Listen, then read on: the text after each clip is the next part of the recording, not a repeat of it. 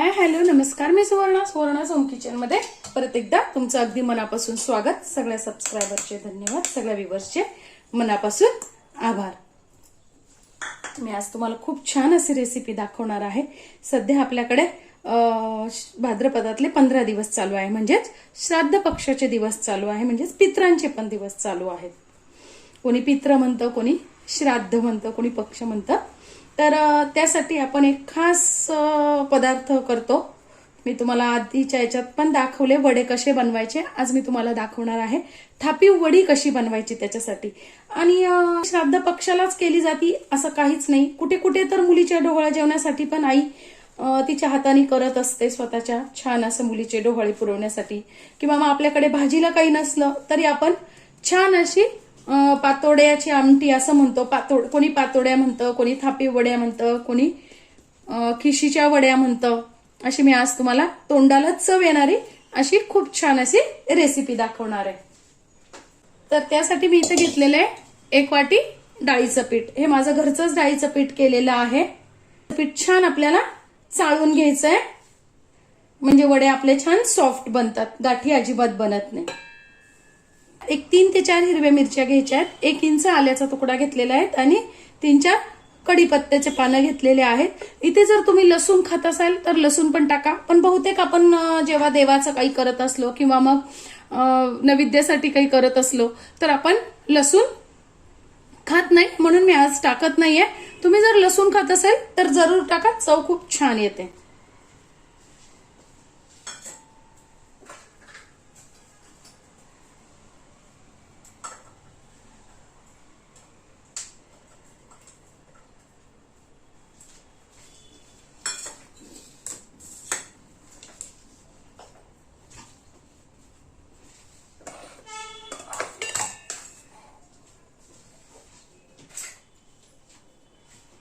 आता हे छान आपल्याला जाडसर असं मिक्सर मध्ये बारीक करून घ्यायचंय. तुम्ही छान कुटून पण घेऊ शकता. न घालताच आपल्याला हे छान जाडसर असं वाटून घ्यायचंय. का जाडसर असं मी बारीक करून घेतलेलं आहे. पीठ जे आपण 1 वाटी घेतलेलं आहे ना, त्यात टाकून घ्यायचे चवीनुसार मीठ. मी ते अर्धा चमचा मीठ घेतलेला आहे. अर्धा चमचा ओवा छान हातावर चोळून घालायचा आहे ओवा. त्यानंतर हळद अगदी थोडीशीच घातलेली आहे, 1/2 चमचा घालायची हळद. अर्धा चमचा घेतलेले तीळ. हे छान मिक्स करून घ्यायचं आहे आपल्याला. आणि बघा, पाण्याचं प्रमाण खूप महत्वाचं आहे यात. जितकं तुम्ही पीठ घेतलेलं आहे, आता 1 वाटी आपण पीठ घेतलेलं आहे तर आपल्याला 1.5 वाटी पाणी हवं. तर मी हे 1 वाटी पीठ घेतलेलं आहे, तर 1 वाटी पाणी पहिले घालून घेतलेलं आहे. आणि हे छान आता आपल्याला मिक्स करून घ्यायचंय. बघा, कोणी कोणी काय करतं ना, कढईत फोडणी देतं आणि त्यातच पीठ पाण्याला फोडणी देऊन करतात, पण त्यांनी काय होतं, गुठळ्या होतात आणि वड्या स्मूथ होत नाही, एकसारख्या होत नाही. तुम्ही या पद्धतीने करून बघा, खूप छान होतं.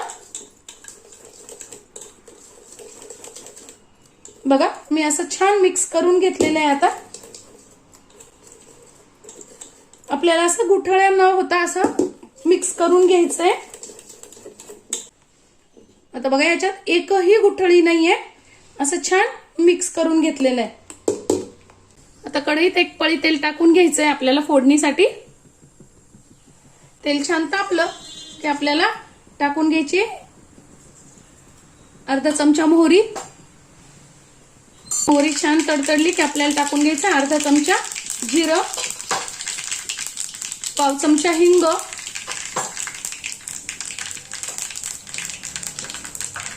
आणि आपण करून घेतलेलं वाटण.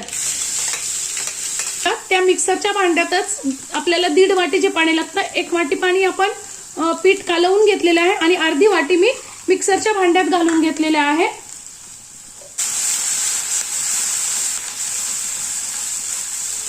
वाटण छान 1 मिनिट परतून घ्यायचं आहे आणि अर्धी वाटी पाणी परत त्यात घालून घ्यायचं. थोडीशी घालून घ्यायची आहे कोथिंबीर. खूप छान लागते कोथिंबीर घातल्यावर. आणि पाण्याला छान उकळी आली हे आपण जे पीठ कालवून ठेवलेलं आहे ना ते घालून घ्यायचं आहे. गॅस बारीक करायचा आहे. पट असं मिक्स करायचंय बघा, अजिबात गुठळ्या न होऊ देता. एक 3 ते 4 मिनिटं छान असं हलवत राहायचंय, म्हणजे गुठळ्या होत नाही. तुम्ही चमच्याच्या साह्याने हलवू शकता किंवा मग आपल्याकडे जे मिक्सी आहे ना त्याने पण करू शकता, म्हणजे गुठळ्या होत नाही.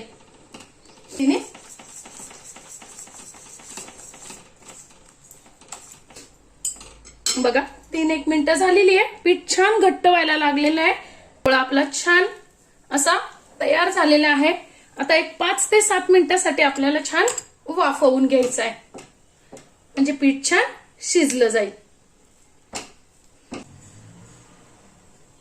आपल्याला काय करायचंय, ताटाला थोडंसं छान तेल लावून घ्यायचंय, म्हणजे याच्यावर आपल्याला वड्या थापता येतील. ताटात तुम्ही पाटावरही थापू शकता, पोळपाटावरही थापू शकता. आता बघा 7-8 मिनिटं झालेली आहे. खूप छान असं पीठ आपलं तयार झालेलं आहे. घ्यायचं आहे आणि पिठाला असं हे करून बघायचंय, थापून बघायचंय. जर आपल्या हाताला पीठ आपल्या हाताला अजिबात चिटकलं नाही तर समजायचं आपलं पीठ छान तयार आहे. लगेच आपण तेल लावलेलं जे ताट आहे ना त्यात काढून घ्यायचंय. बघा छान लगेच असं थापून घ्यायचंय.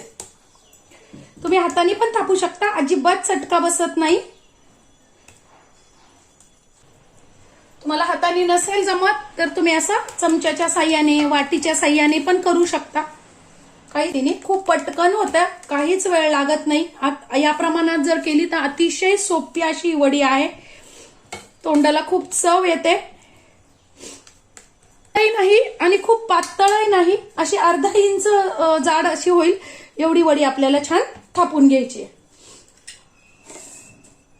आता त्यावर टाकून घ्यायचे थोडेसे तीळ. नंतर मी इथे कोरडच खोबरं घेतले, तुमच्याकडे ओलं खोबरं असेल तर ते टाका तुम्ही. खोबरं छान किसून घेतले आणि थोडीशी टाकून घ्यायची आहे कोथिंबीर, आणि हे छान परत एकदा असं हाताने थापून द्यायचंय, म्हणजे त्याला वडीला छान ते चिटकलं जातं. 20 मिनिटांसाठी आपल्याला हे छान आता गार होऊ द्यायचंय, म्हणजे सेट होऊ द्यायचंय. बाहेरच सेट व्हायचंय, फ्रीजची वगैरे काही गरज नाहीये. मस्त असं एक 10 ते 15 मिनिटात छान सेट होतं. 10 ते 12 मिनिटं झालेली आहे. आता या छान अशा आपल्याला पाहिजे त्या आकारात कट करून घ्यायचे आहेत.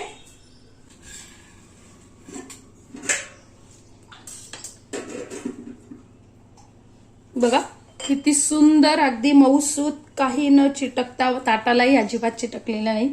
इतक्या सुंदर अशा आपल्या वड्या तयार होतात. खूप मऊ पण होतात या वड्या.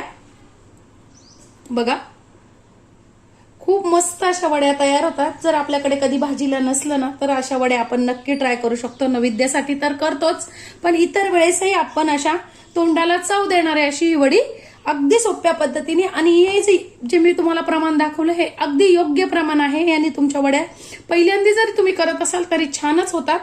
अशा वड्या नक्की करून बघा. आजची माझी ही रेसिपी तुम्हाला कशी वाटली कमेंट्समध्ये नक्की सांगा. चॅनलवर नवीन असाल तर चॅनलला सबस्क्राईब, लाईक आणि शेअर करा. धन्यवाद.